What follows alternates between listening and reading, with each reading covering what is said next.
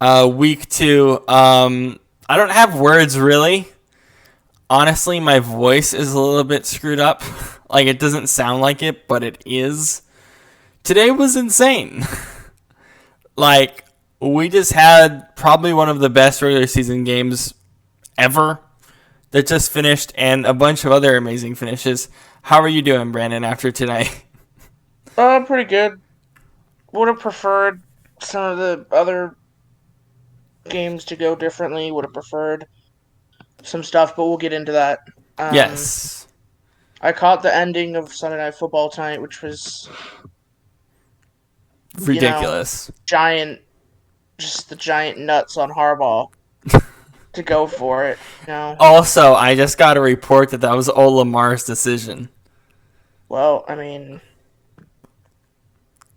that's what you get when you have a running back as a quarterback. Oh, there we go. I got it fixed up. Got Discord fixed up. See, let's start with that, though, because I don't know. I keep flip-flopping back on this while I do check the Twitch stream to make sure that we're all good.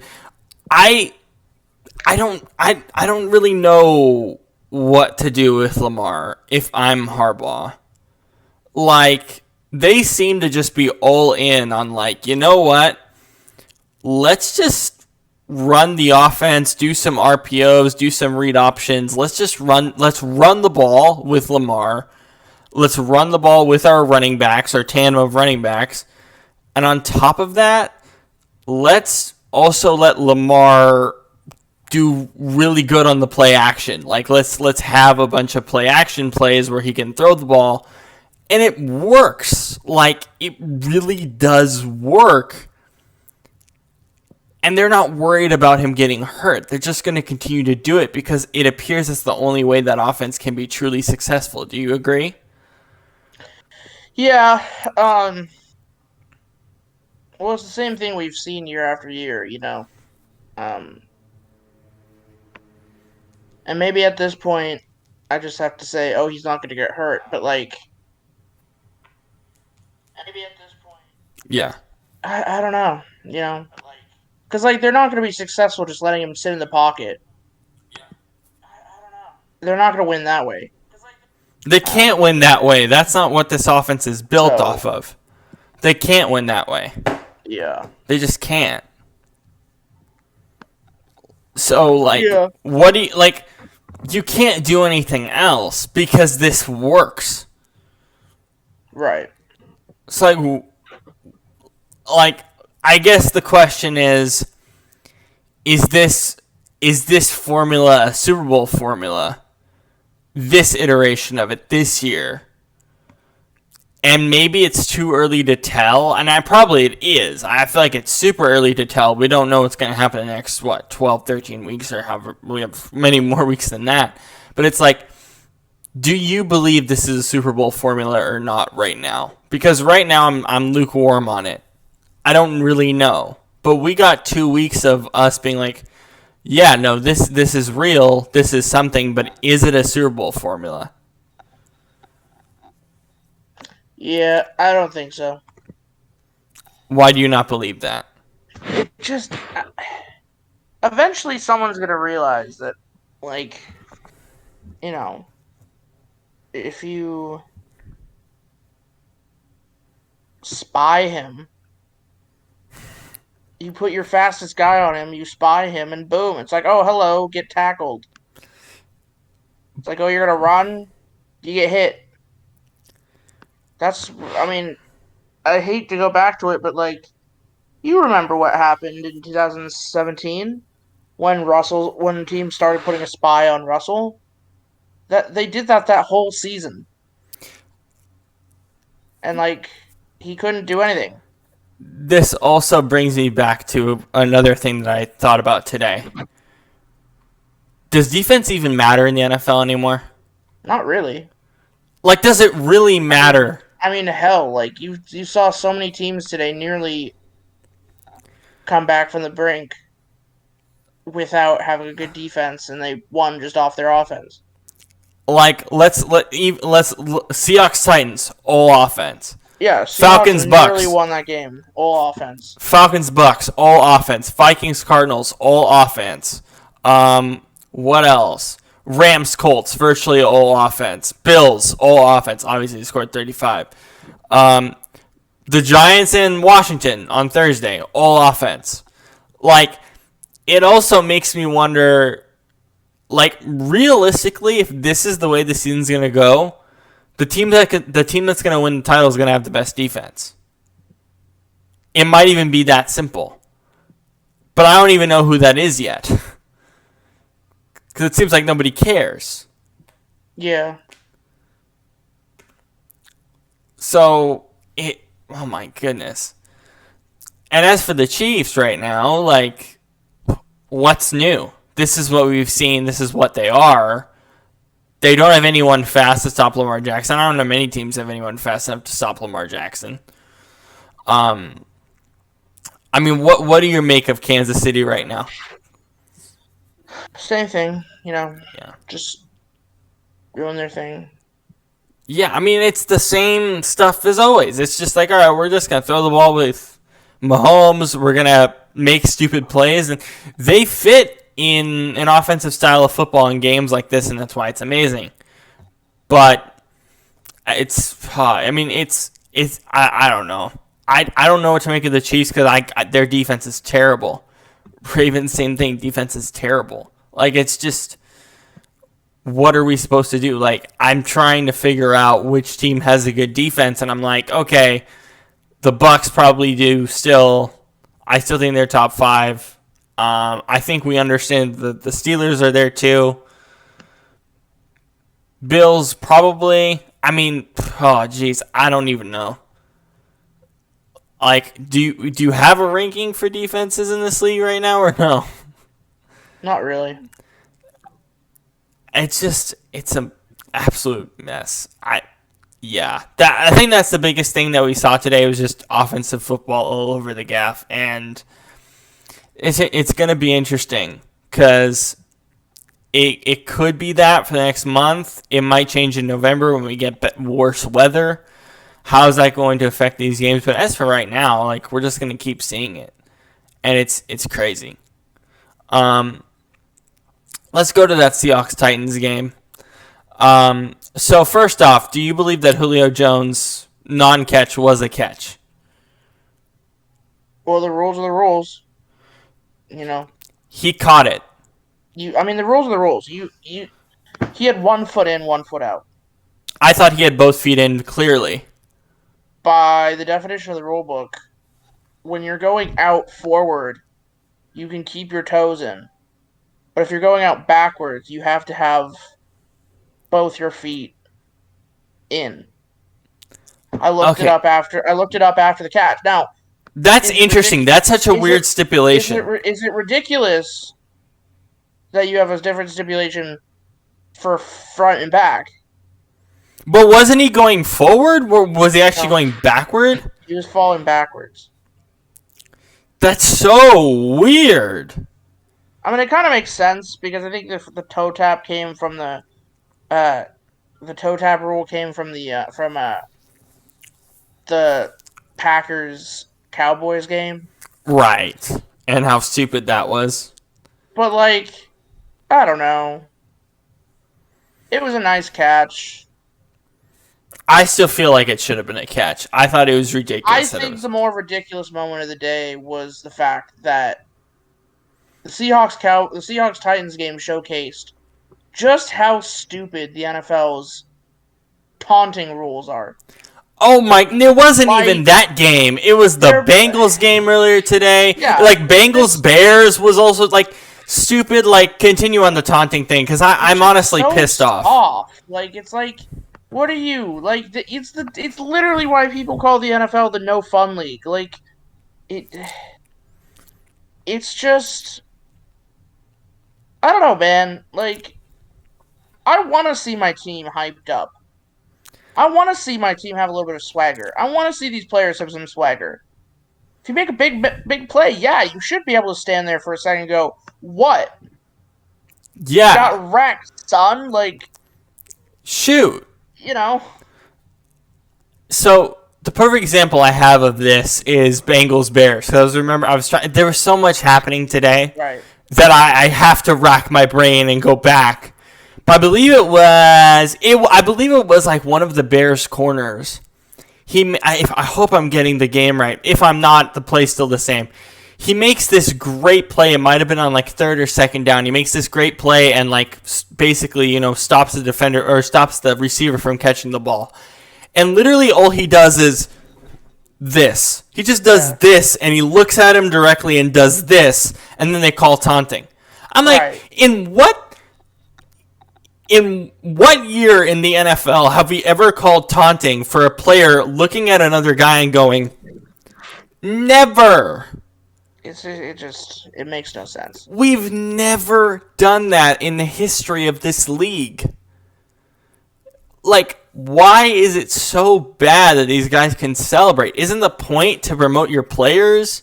Isn't the point for the guys to have fun so that people can actually have fun watching the league as well? Like, think about the young kids who are watching this game now and seeing that. Like, really? What kind of attitude is this game so serious that we can't have fun with it? Well, and like the taunting isn't even that bad. And I didn't see anything today that I actually thought should be called for a taunting penalty. Like, I think that it would be one thing if you like stood over someone after absolutely lighting them up and was like, "Yeah," like really just. That's a taunt. That's a taunt.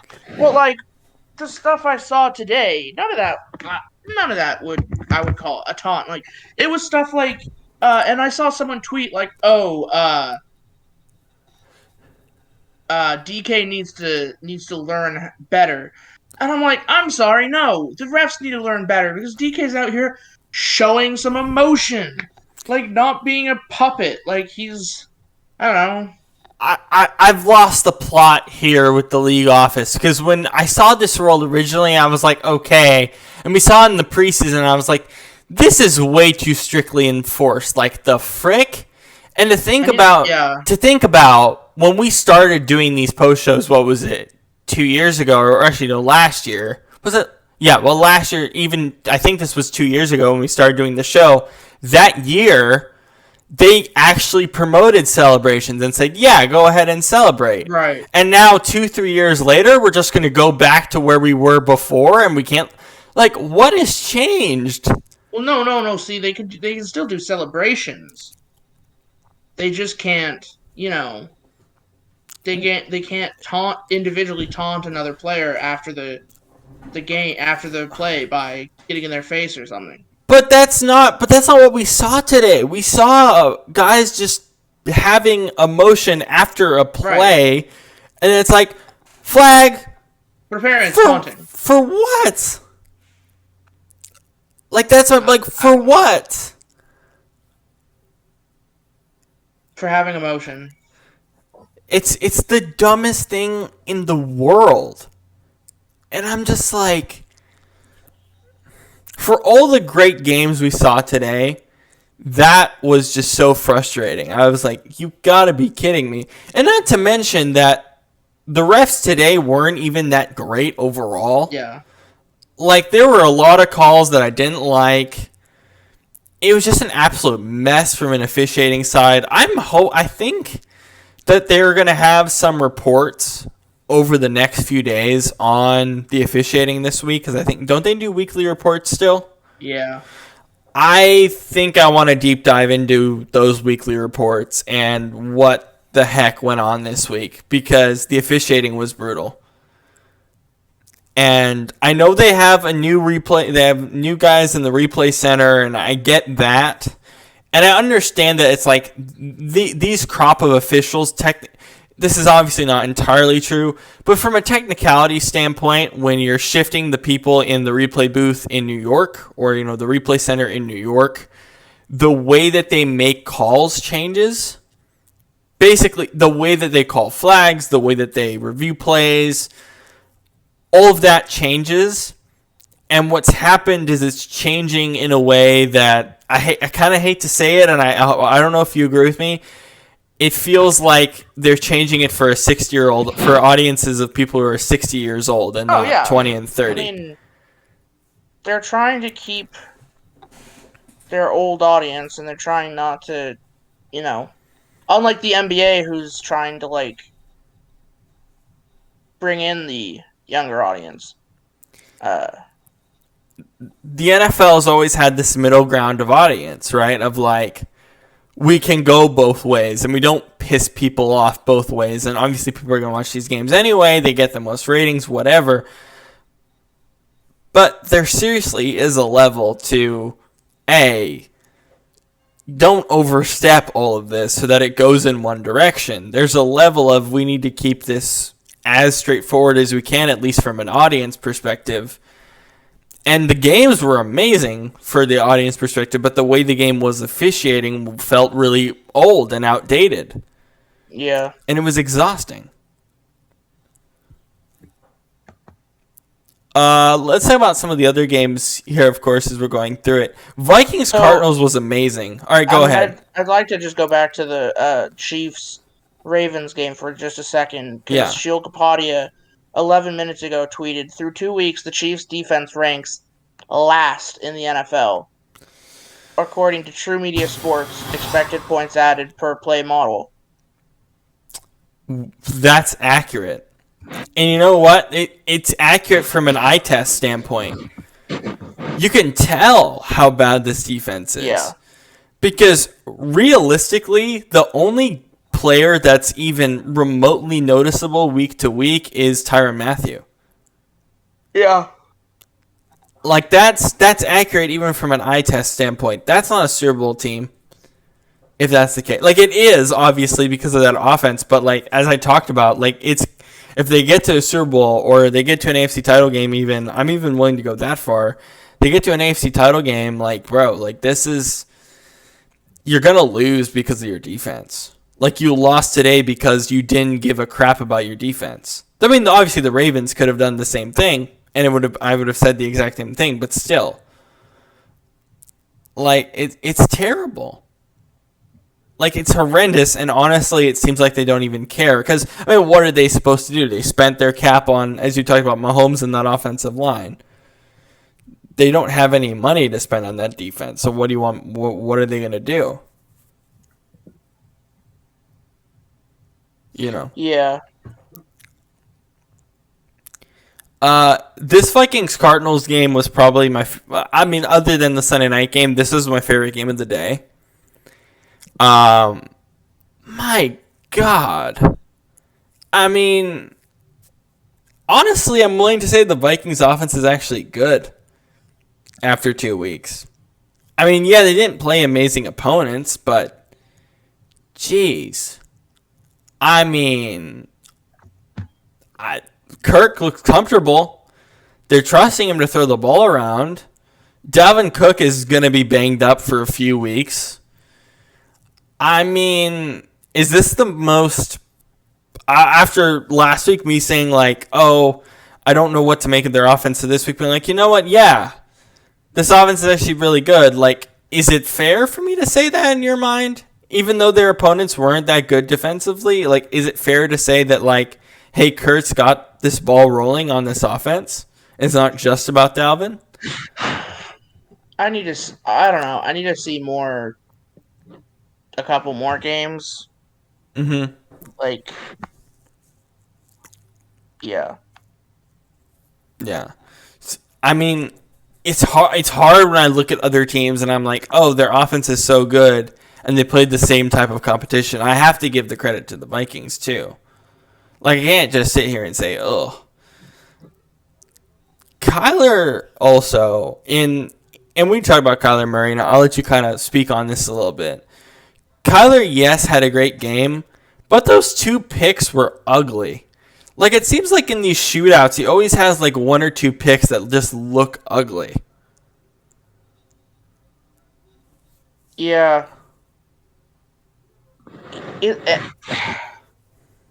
This win wasn't even Kyler Murray.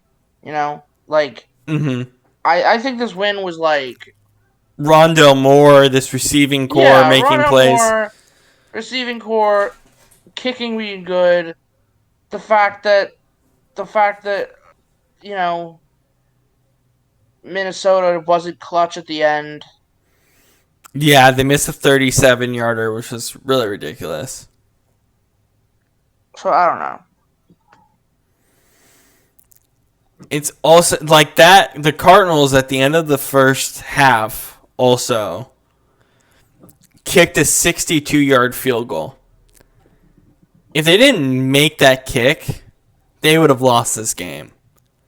And that to me is nuts. Yeah. That shows how insane this game was. At one point in Bucks Falcons, it was 28-7. We know about 28, right? And what that means in the Falcons versus Tom Brady. Yeah. And that's kind of when they started coming back. But are you worried about the Bucks defense though? Oh yeah. You're worried about them? No. This team is not good, but then again, that's what I said. They are, you know, they're not as good as everybody thinks they are. Are you saying defensively or overall? Overall. I mean, if they were, they'd be dominating everyone. You know what I mean? I mean, if you look at this final score, you would say, yeah, they dominated them, but they really didn't. They didn't, because I was keeping track of this game, and at one point I was with my friends, and we were like, oh my god, it's 24-25. Yeah. Like, what? Like, hello? Like, yeah, they won, but, you know, like, hello? Yeah, I mean, this defense, this defense should have played a lot better today. The Falcons offense, give credit where credit's due. Matt Ryan played his ass off today. He played incredible today. I honestly am impressed with Matt Ryan over the last 2 weeks. Yeah, you could say, he's probably on his way out, but Jesus. He played great today. And Kyle Pitts was pretty good today. Yeah. I mean, I was impressed. I've been impressed by the Falcons, at least offensively, even though they only have scored 30 in the last 2 games. Is that reasonable? Yeah, I mean, they're playing... I'll say this. They're playing above their station. Yeah, that's kind of what it feels like. It's not like it's perfect. It's like it's a world... this is not a Super Bowl team. Let's not get it twisted. No. This is not a playoff team. And you know what? That's frustrating. I'd say that statement right there is what frustrates me a little bit about the Seahawks game today. Mm-hmm. They play when they're clicking, when everything's going well. The statement "this is a Super Bowl team" is correct. Mm-hmm. They could be, they could be very much like the Broncos. The year they played the year they played the Seahawks. Not saying that they're gonna set records. Not saying that they're gonna but they. I don't know. The Broncos had no defense. Well, they had that year. They won the title. The Broncos. They had all defense, no offense.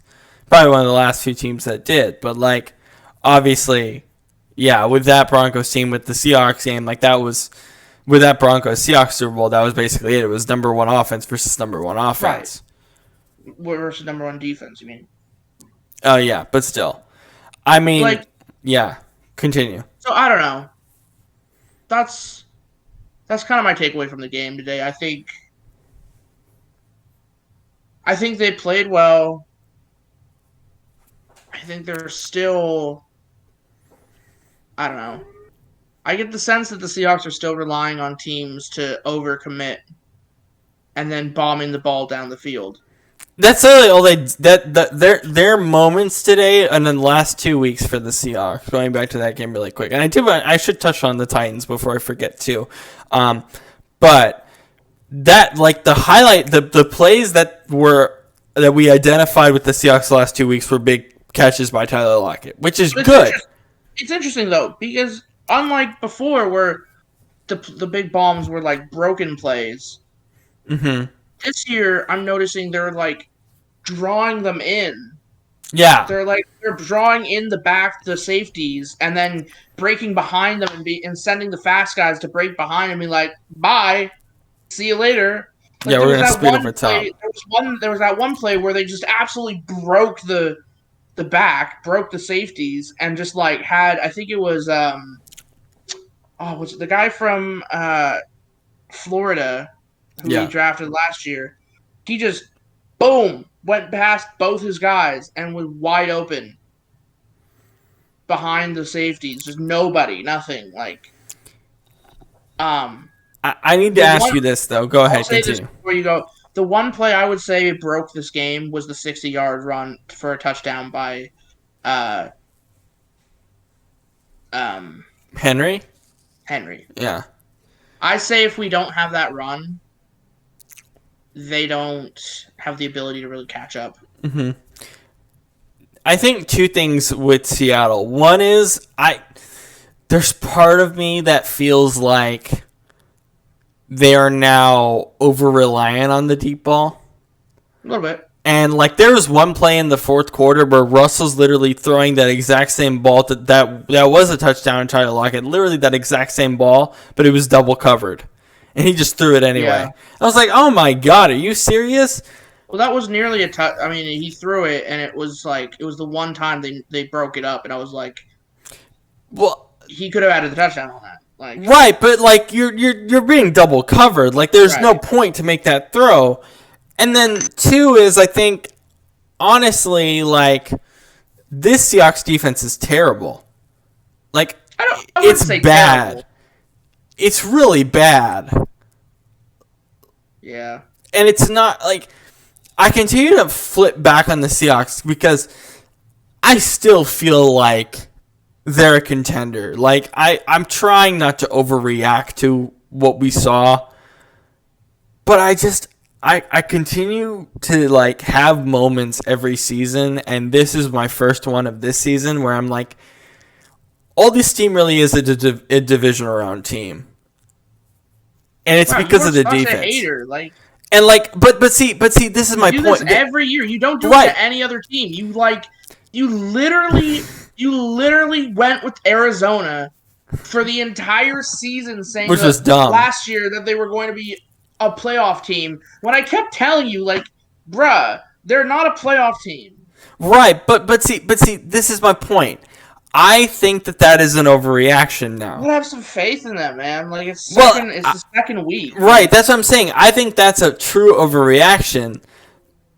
But there are moments in every season where I feel that way after a game, and I'm like, because I've watched this team enough throughout my life to realize, like, this is what the Russell Wilson era kind of is for Seattle. Like, other than the Super Bowls, that's what it is. It's just teams with good offenses, terrible defenses, and divisional round losses. Like, I've watched this team enough to know that that's kind of what it is, but it's week 2. Like, there's no reason for me to feel that way this early, especially against a Titans team that, honestly, offensively, finally kind of came into their own. So it's like, it's really unfair for me to say that at this moment. Because we're not at Thanksgiving yet, you know? So, yeah. It's really unfair for me to say that. And that's definitely an overreaction. That's definitely some, honestly, kind of frustration in this team because, to be honest, as you've pointed out last year and also today, like there is a level of frustration when watching this team because one week you feel like there's something special there, and the next you feel like, oh, we lose to the Titans. Like, this kind of feels like, obviously it wasn't the same game, this kind of feels like the Giants game last year. A little bit. Like, it wasn't supposed to go that way. Yeah. Like, this wasn't supposed to go this way. Well, I would not go as far as to say the Giants game, because I think the Titans are a much better team than came out to play against Arizona, and I said this to my friend, that I think Arizona got lucky playing the Titans week 1. Because they weren't figuring it out. Yeah, I think if Arizona had to play the Titans week 2, they'd lose. I agree. Like, hands down. Because Arizona's not that good. I'm so sick of it. Like, I'm sorry. I'm going to be the U for Arizona. Like, I don't trust them. I agree, though. I don't think they're that good. I don't think Kyler Murray's that good. And I had to listen to a shill for Arizona on ESPN tonight driving home be like, he covers them, and they were talking, like, oh yeah, Seattle, they're not that good. Guess what, buddy? Arizona's even worse. Come back in week 8, 9, or 10 and see what their record is, because I guarantee you, and I will eat my words if they're not that good, but I guarantee you, this team is not gonna just lie down. No, they're not gonna just suck. And here's the thing, like that's what I'm saying. Like, I just have these feelings just because I've watched this team enough to kind of have these feelings. But at the end of the day, like, I'm sorry, I'm off the Arizona train, because, to be honest, the only two things that frustrate me with Arizona is Kyler Murray sometimes makes stupid decisions in big moments, which he did again today with the 2 interceptions, and I was like, "Are you kidding me?" He also makes some good ones, so it's like. Well, it's not that. I think that the good really does outweigh the bad with him, because he performs at such a dynamic level. Obviously, it's not the Mahomes or Lamar level, but he performs at such a dynamic level offensively that offense literally runs through him the whole game, and you saw it again today. But no, the Cardinals are much, much worse than the Seahawks. Like, their defense is like, this is a Vikings offense that I think they're really good, but in 8 weeks I could say they're terrible. Well, I mean,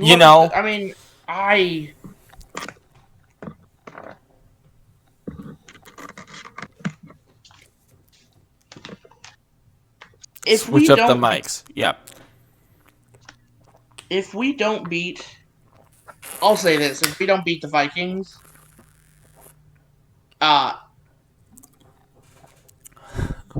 you're gonna see a different Brandon next week.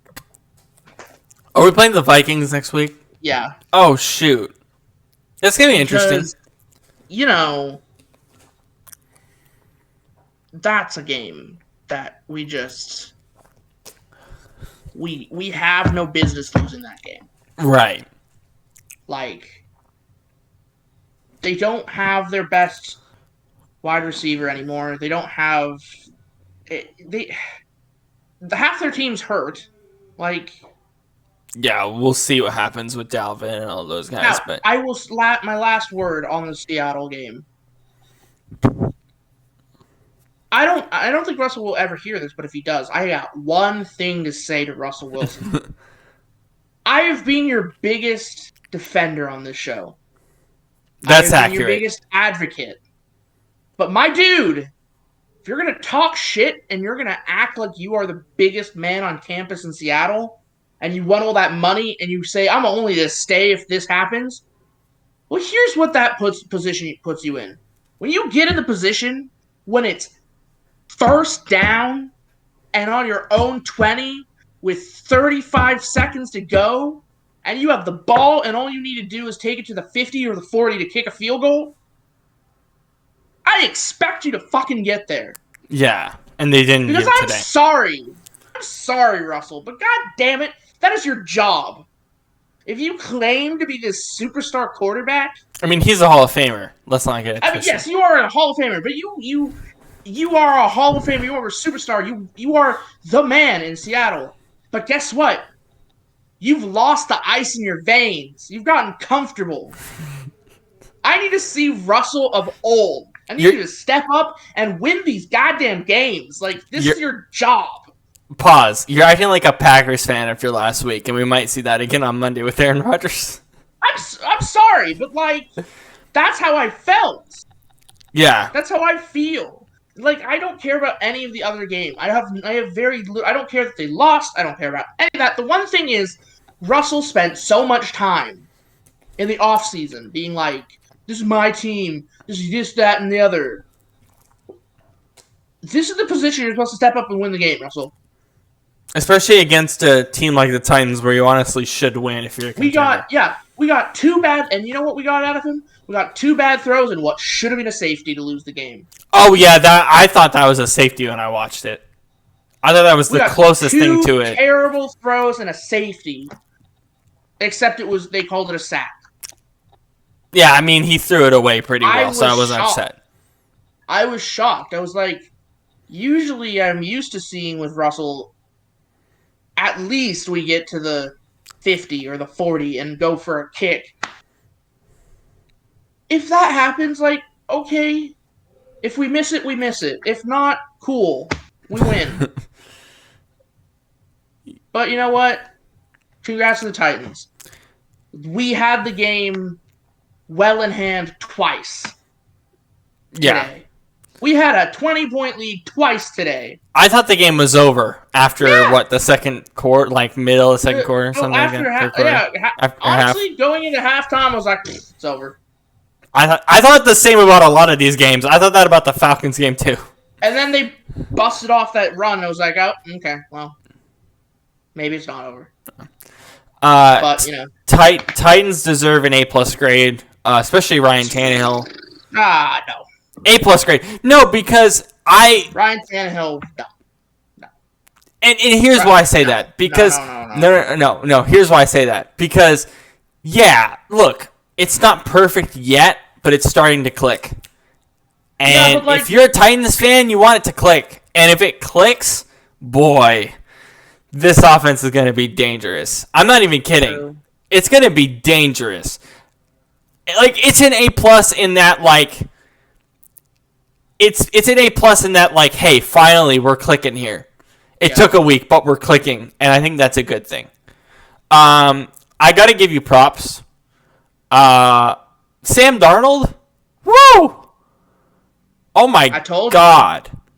I told you. I said I need a game against a good defense to see what Sam Darnold's got. Yeah, I'm good.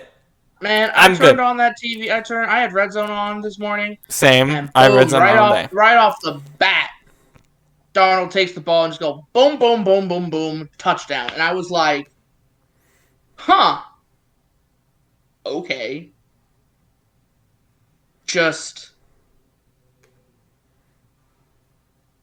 All I gotta say is I think the Jets are just a quarterback void. Yeah, we'll get okay.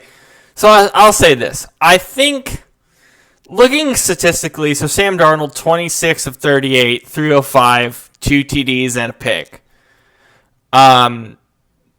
Targets, this is still a bit too imbalanced for me a little bit. Maybe I kind of might want to retract that statement. But okay, let's look at the target share here. So DJ Moore 11 targets, Christian McCaffrey 6. I don't think he needs 6 targets. Robbie Anderson 6. I still think he's kind of being like he's not spreading the ball. Like people were talking about this last week. Like he's not really spreading the ball around enough, and I kind of tend to agree, especially looking at the statistics. But that being said, though, I feel like that can be improved. I feel like he still needs to get comfortable with this offense. So that's maybe my one caveat, maybe.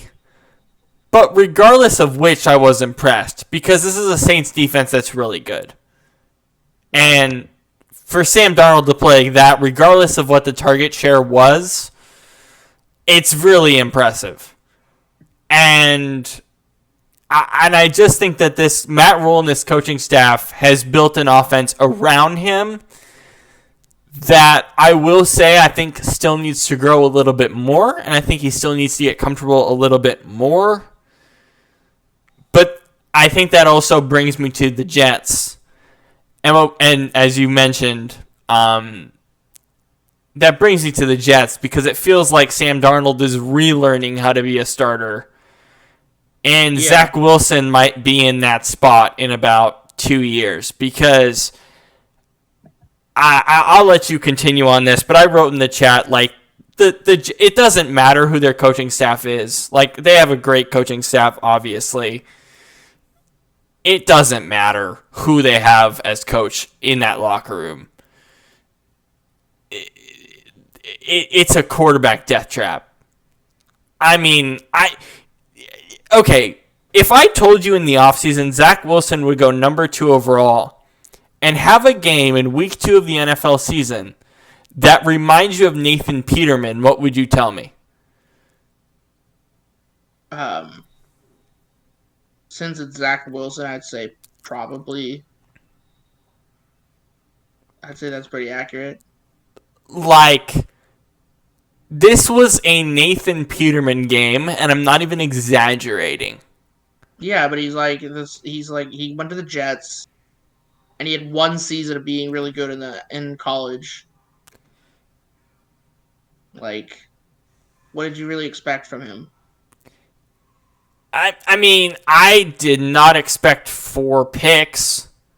Yeah, and true. just, I mean, dude. Where even is the stats on this? They're showing it was so bad, they're not even showing his stats on the front page of NFL.com. I'll be right back. I'm gonna go fill up my water bottle. Go ahead. Like, oh my god, dude. Like, I have to find it. I want to look up his stat line and say it because it's just so terrible. Like, yeah, 3 first half interceptions. So yeah, that's why I didn't show it on NFL.com. 210 yards, 0 TDs, 4 picks. That is one of the worst games I've ever seen. I mean, jeez, like, I really don't even think it's him. I think it's just the Jets. O-line, like, the receiving core. I honestly don't think his receivers are getting open, and I'll ask Brandon about this when he gets back, but it's not about Saleh. It's just not. Like, it's just this. I don't understand this team. TSN Stat Center. TSN Stat Center, 2 or fewer TDs and 5 plus interception passing of a team's first 2 games of the season. Zach Wilson, 2 TDs, 5 picks in 2021. Matthew Stafford, 1 TD, 5 picks. Peyton Manning, 2 TDs, 6 picks, 1998. There's also Randall Cunningham, 1985, 0 TDs, 5 picks. I mean, my God. It's just unbelievable. I don't know what to do with the Jets moving forward. It's not about this coaching staff. It's about this whole offense. No one's getting open. No one's doing anything. It's just terrible. Now, for the other side, for New England, Mac Jones is comfortable doing what he needs to do. He didn't get any touchdowns today, but it doesn't really matter. Like, is it the Jets? He should have gotten a touchdown today, didn't, but I don't think it matters that much.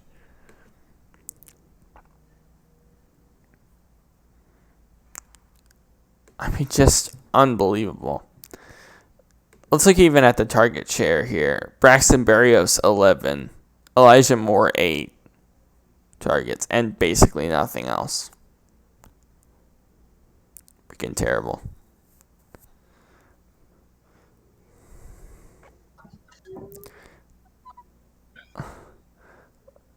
Let me see. Okay, Brandon, let me read this off to you, okay? I just read this off to our audience. TSN Stat Center. 2 or fewer TDs and 5 plus interceptions passing in a team's first 2 games of an NFL season. All right, here's the list. Here's the first 4 guys on this list. 2021, Zach Wilson. So first 2 games of the season. 2 TDs, 5 picks. Okay. 2009, Matthew Stafford. 1 TD, 5 picks. 1998, Peyton Manning. 2 TDs, 6 picks. And 1985, Randall Cunningham. 0 TDs, 5 picks. 2 of these guys are legends of the game, basically. And it's just, oh my God. Like, I mean, to be on a list with Matthew Stafford and Peyton Manning is pretty good, but probably not the list you want to be on. But I'll ask you about this. You mentioned the O-line, and we've talked about this Jets O-line forever. I don't think these receivers even know how to get open either. Yeah. Like, am I wrong?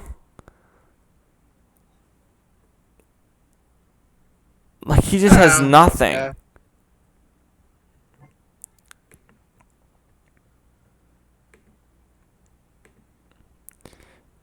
If you're the Jets, what do you do moving forward this season?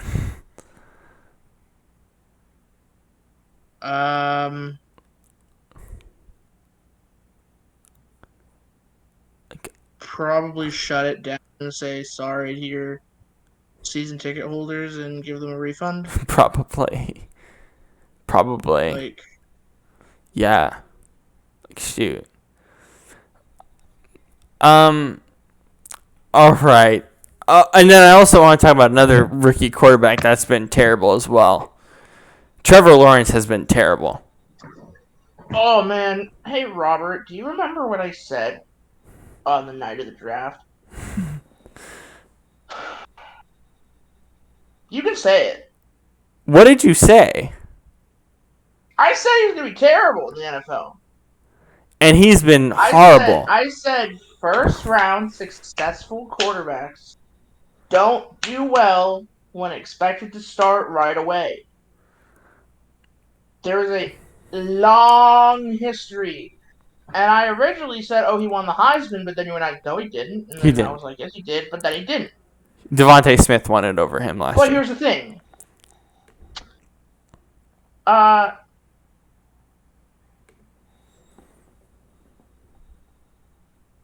He just... I don't think it's his fault. Me neither. I think Urban Meyer doesn't know how to coach. I think this OC, who is their OC in Jacksonville, I don't think he has the right plays for him. I think... Yeah. Yeah, I think Urban Meyer's... You know what's weird? What I want to do is I want to go and I want to look at the plays he's calling for Jacksonville and see if I can match them to Ohio State play calls or to Florida play calls. Because I guarantee you'd probably be able to match them. Do you know who's their offensive coordinator? And I think he's calling the plays, actually. A college guy, right? It's Darrell Bevel. Oh, okay. Well, that makes sense. How does that make sense? Because he sucks. Like, you know. He hasn't had a great history. I mean, he was successful in Seattle for like 0.2 seconds. I don't know.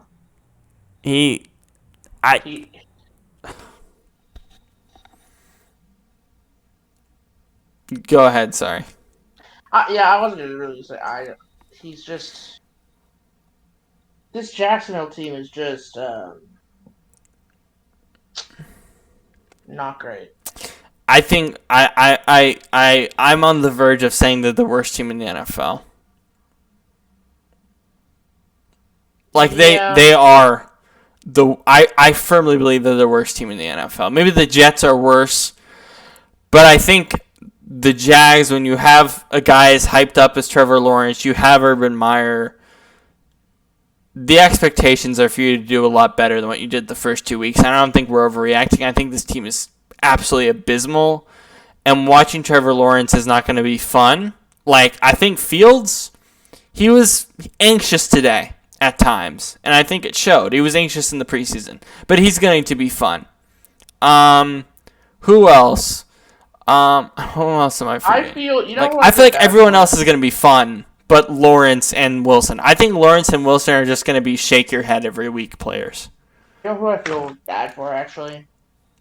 Who? I feel bad for Tua. Yeah, getting hurt like that today. Because, like,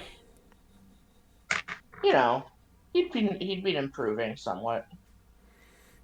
I really raved about him last week, and for him to go down with injury like that in what is virtually a meaningless game, basically, because, I mean, they didn't score anything. Yeah. Also, some interesting history. Largest shutout win since Week 3, 1992 for the Buffalo Bills franchise. That was also against the Miami Dolphins in Wow. 92. So, yeah. I mean, look, Jacoby's going to be a nice replacement, but I know that you love this Dolphins defense, and they still have done okay this year, but they're not going to be world beaters. I just feel like, yeah, the Dolphins for me, I think they hit their ceiling, unfortunately. And to me, that's stunning because we were raving about them at the end of last year, saying next 2-3 years they're honestly probably a contender. And to think that a Yeah. year later we're like, yeah, they probably they are what they are. Which is a bummer because I think they had a thing going, and uh, it's one of the reasons I was so shocked that they didn't try and keep uh, Fitzy. Fitzy. Yeah. Yeah. I think they just wanted to commit to Tua, and it's fine, but this defense isn't the same defense. It's just not. And I think we expected them, at least offensively and defensively, we expected them to improve to a level where they at least can be considered a playoff team this year. And I don't think they're even close to that right now. Yeah. Another offense besides the Bills that impressed today were the Rams. God, this Rams offense is beautiful. Am I wrong to say this is my favorite team to watch right now in the NFL? At least offensively, the Rams are incredible. Well, I'm gonna be honest.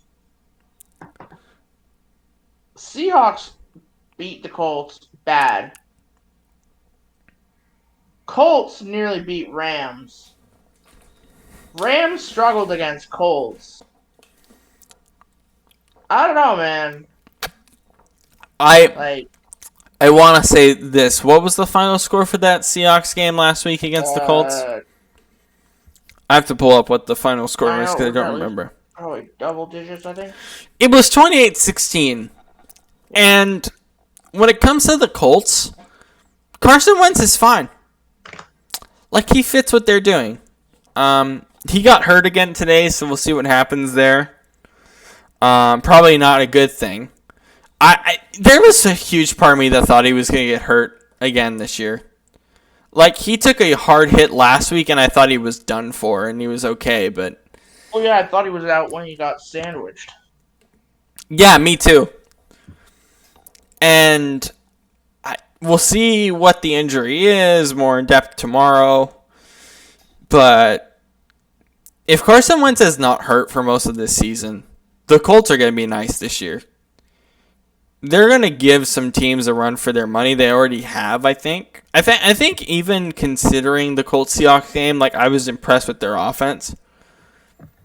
I think defensively they are really good. I think they're one of the few teams that I still feel comfortable about their defense, even after giving up 27 points.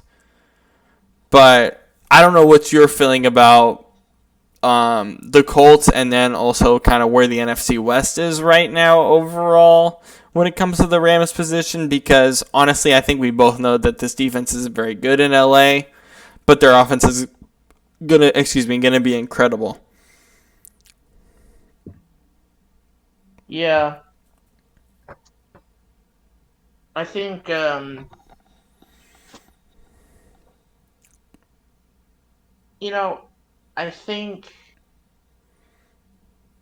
that so far the Rams are showing that Matthew Stafford is a big upgrade on the field. Oh, 1,000%. It's not even 100, it's 1,000. But at the same time, it's like, have we seen anything that really surprises us or tells us anything about them? I think what we know, so we know after 2 weeks that Stafford is going to be an MVP candidate. I don't think that's wrong to say. I think we know that he's going to be an MVP candidate. I think we know this offense is going to be world beaters and especially be tough to beat in division in the NFC West, where I don't think there's a lot of good defenses. But I also, after today, still am feeling negative about their defense. And I know that a lot of people early on in the season, and I think we as a group, both you, Shane, and I, all kind of said by the end of the offseason, like, the idea that they're an NFC Championship team is a little ridiculous. And after 2 weeks, I feel even more confident about that overall take we had about the Rams. Like, I just feel more confident about that now because I just don't think this defense is that good. And so do you still feel that same way? Do you still feel like everyone else was kind of overreacting about where the Rams are? Like, they're not an NFC title team?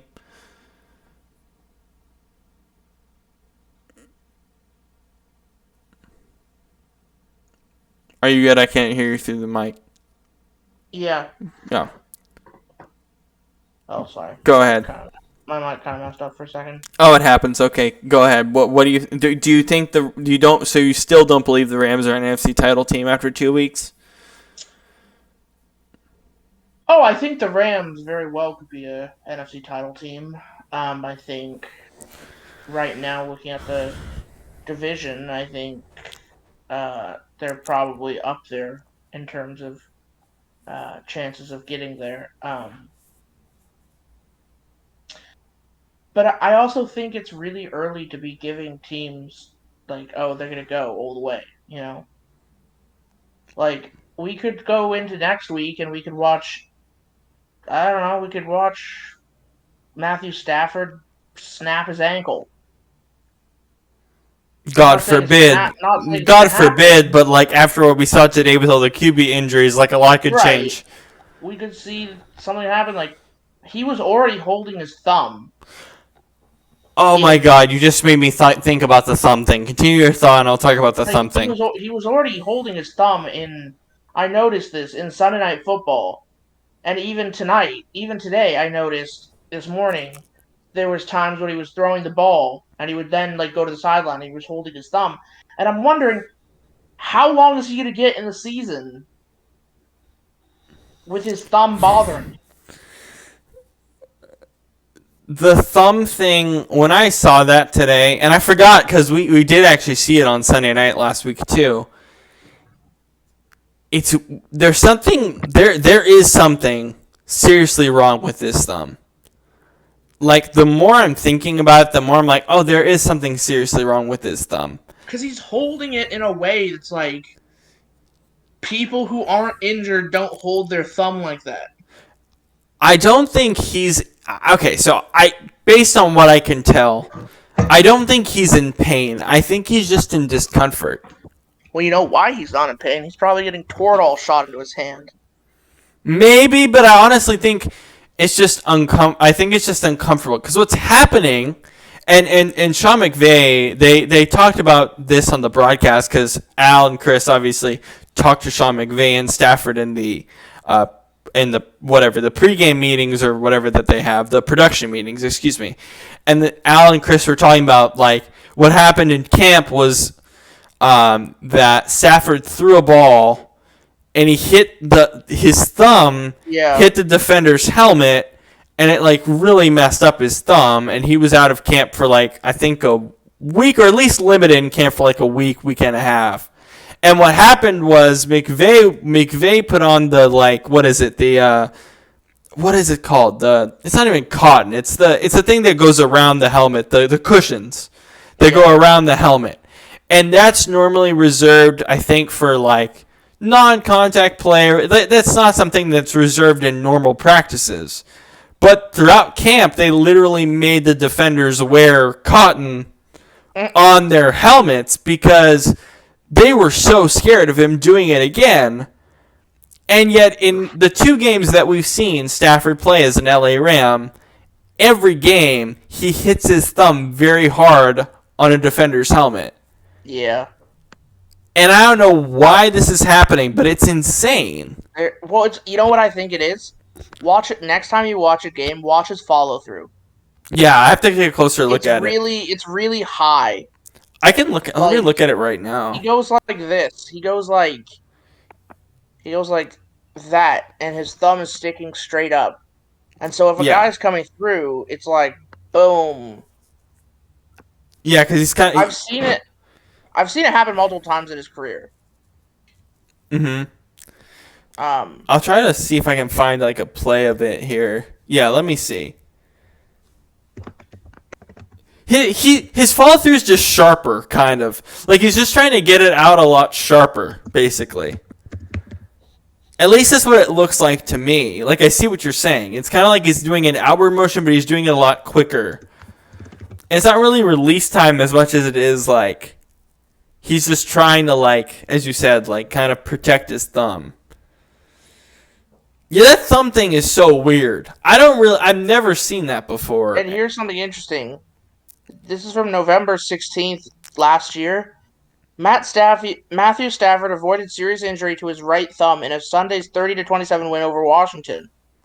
I did get some X-rays after the game. They were negative, no fractures or breaks in there. He said he had problems gripping the ball immediately after a hit by Kevin Pierre-Louis. I remember us talking about this, yeah. I think his thumb is just, like, permanently jacked up now. I think it's jacked up in the sense that because, as you said, of how he releases the ball, he just has a tendency to hit a defender's helmet with his thumb. And then it just causes this insane discomfort in him. Because he doesn't look hurt. He literally just looks like he's in discomfort. Which is massively different when you're talking about a quarterback. But, yeah, it could become a serious problem down the road, though. If he's in discomfort, though, if you think about the way the thumb works, the thing I can think of is it's a ligament, probably. Probably. Like, and, I mean, yeah, if he can play through it, he can play through it, but, I mean, this is his livelihood, man. Like, yeah. That's dangerous. He might, like, there might be concern within the organization they could break his thumb. Yeah. And I don't think that's unreasonable. So we did talk about this is from today's game. Matthew Stafford shaking his right hand after hitting his thumb on a defender's shoulder pad. Yeah, I think it was a shoulder pad? Yeah. Oh my god! I forgot it was a shoulder pad. I thought it was a helmet.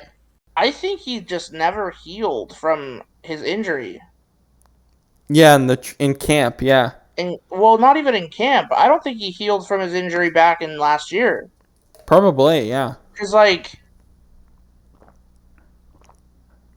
I have ongoing injuries, reoccurring things like within my knee, and it never really heals. You know? You keep hitting it on stuff, and it keeps coming back. And is it discomfort for you? Like, that's what it is, well, no, right? It'll get into serious, like, pain at times. If you do it enough, it'll inflame the joint. Mm-hmm. And it'll get into, like, honestly, this dude if he keeps hitting it, he's... Yeah. Cause some real damage. Niners-Eagles. That game was weird. Yeah. It was really weird. Yeah, I think we could probably toss this game in the trash. It was just a really weird game. Both defenses played incredible. There we go. The two teams that I don't think are contenders, but actually played really well defensively. I don't know. I don't think we'll see Lance anytime soon. Like, I honestly feel like Lance is going to start next year. That's probably my only Niners reaction in this game is I don't think Lance is going to play a snap in 2021. I don't think so. Do you think he'll play a snap? Like a meaningful snap? Do I think who will play a Trey, snap? do you think Trey Lance will be the starter or play like a truly meaningful snap or snaps this season? I don't think so. That's how I feel after today. I just don't think they're ready to make the switch yet. Yeah. As for the Eagles, a good game last week, and what was this? I don't know. I could probably chalk this game up as just a game where I didn't really understand what was going on. It was just weird. As for the Raiders, though, Carr's the real deal, man. And he showed it today against a good Steelers defense. One thing that we did talk about, or I did mention on Monday, is I wanted to see him throw the ball to everyone on the field, and he did that today. I'm impressed by Carr, and I'm starting to get more impressed by this Raiders team. How do you feel about the Raiders moving forward? I mean, I've always been a fan of the Raiders. Like, I think they're pretty legit. You know, Mm-hmm. I think this year they could win their division. Whoa, that's kind of bold. Honestly, I mean, I know it's bold, but like, come on, man! Like, they were the only team to beat the Chiefs last year. True. They could split with So every like, that's in our division, right? We're talking about the NFC West. yeah, We're talking about the AFC West too. They're gonna split. Everyone's gonna split in that division. Like that's just what anyway, it's gonna yeah. be. Yeah. I gotta leave a little early tonight. All right, Um, sounds good. I will finish up. We got a few to more finish games to up. cover. I will finish up the But I night. gotta go do some stuff before I go Yeah. to bed. So, Sounds great. Have a great rest of your I'll night, talk. man. Yeah, see ya. See ya. All right, we'll finish up with a couple of games before I head out as well. Texans Browns was interesting. I mean, I think we can also chalk this up with Cleveland and understand that, hey, Cleveland is, a real deal team. Like, it was kind of weird today in terms of both offense and defense. Baker got hurt at a point in this game. But I'm not worried about Cleveland. I know they're a title contender right now. Defensively, shaky. I don't have a full opinion on them yet, but defensively, it's definitely shaky, and that's a concern. But offensively, they're pretty solid. If you guys listen to my pod on Thursday night, my guy John Karch from Relevant, we did talk about the Giants and Washington game. I'll cover that a little bit here. We know what Daniel Jones is. We know what Taylor Heineke is. This game doesn't really change that, as we talked about earlier, and I think this is a constant theme with the season. The constant theme with the season is simply that that we're seeing offenses become the more valuable piece, and defenses are not as much. But I think with these two teams, especially, defenses are pretty worthless in some ways. Like, I think for Washington, the secondary is terrible. Their D-line didn't play well on Thursday. Giants O-line actually played the best they played, I think, in the last two seasons. But if you look at this game, you just look at two quarterbacks playing against subpar secondaries and subpar defenses overall, at least in the case with the Giants. We know what Washington is with their D-line. So moving forward, that's kind of what they're going to be. And I think their D-line is going to have or deal with a lot of pressure with Heineke playing for the next 6 to 8 weeks, or pretty much 6 to 8 weeks. So I don't really know what to make of it. Right now, I think the Cowboys are actually the clear team in this division right now. I've been really impressed by Dallas. Even today, I was impressed by them. Defensively, yeah, they're bad. They're bad. But offensively, they are super good, and the Dak just looks more comfortable now than he ever has in the league. And that matters, I think. This is the most comfortable he's been since his rookie season. You saw it today. They only scored 20 points, but you're just continuing to see this offense play at a really high level. And when it comes to Dallas, like, I just feel confident they'll win this division. Do I feel confident they'll do much in the playoffs? No. But as of right now, I feel really confident that they are the best team in this division and that they're going to win this division. Just because I think finally this offense is clicking to a level that Dak hasn't had this his rookie season. As for the other side, the Chargers, they played well. Justin Herbert continues to impress. I think that's what's most important with the Chargers. Like, I don't really know what they are yet. They still kind of feel like they were last year a little bit under Brandon Staley. They had a couple bad calls not go their way in this game. But as of right now, I'm impressed with Herbert, and that's about what you could say with the Chargers right now. And moving forward, we'll see where they're at. Lions-Packers tomorrow to finish out the week. Yeah, I'm excited for this game. Want to see Goff on a national stage against much, not much better defense, but another really good defense. See what he does. See how he throws the ball. See more specifically his mechanics and what he's doing under Dan Campbell's system. But the big question is Aaron Rodgers. I mean, if the Lions win this game, I think no matter how they win this game, there's questions about Green Bay's future. I'll take the Packers. I'll take the Packers. We'll go 24-17 Packers. I'll take the Packers in this one. I don't really know what to make of last week there, and other than I'm definitely concerned. But we'll see what happens tomorrow. I think tomorrow will give us a clear picture about where the Packers are at as we go through the next 16, 17 weeks. As for that, we are done here. So sometimes we'll go from about, I would say, 10 to 11. I'll usually schedule it from like 8:30 to 11. Sometimes we will go to 11. Sometimes we'll go to about 10. It just depends. Shane was out this week, but he'll be back next week. And we'll be back next Sunday, as always, to recap Week 3. And as you guys can see, I have actually dropped out the call. So I will head out then for the night. We will see you all next week. Here's my OBS stuff that I'm working with, of course, for the streams. But thank you all for tuning in, and we will see you all next Sunday night. See you all then.